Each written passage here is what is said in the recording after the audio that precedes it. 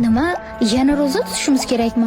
Albatta, biz Shavvol oyiga yetib keldik. Bu oy islomdagi eng muhim oylardan hisoblanadi. Shavvol oyida biz 6 kunlik sunnat ro'zasini tutishimiz kerak. Qanday qilib deysizmi? Keling, ko'rib chiqamiz. Shavvol oyining birinchi epizodiga xush kelibsiz. Keling, muhim savollarga javob olamiz. Xo'sh, qachon boshlashim mumkin? Shavvol oyi tugamasidan ro'za tutilishi kerak. Sahih hadisda payg'ambarimiz sollallohu alayhi vasallam shunday deganlar: kim ro'za oyida ro'za tutib, so'ngra unga Shavvol oyida 6 kunni qo'shsa, go'yoki butun umr ro'za tutgandek bo'ladi. Shavvol oyi ro'zasi qanday tutiladi?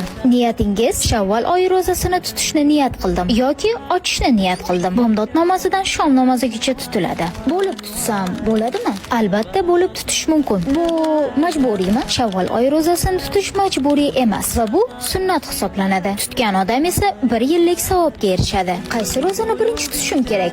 Albatta birinchi qazo ro'zalaringizni tutib olishingiz kerak. Undan keyin Shavvol ro'zasini tutish mumkin. Videoni eng yaxshi ko'rgan insoningizga yuboring.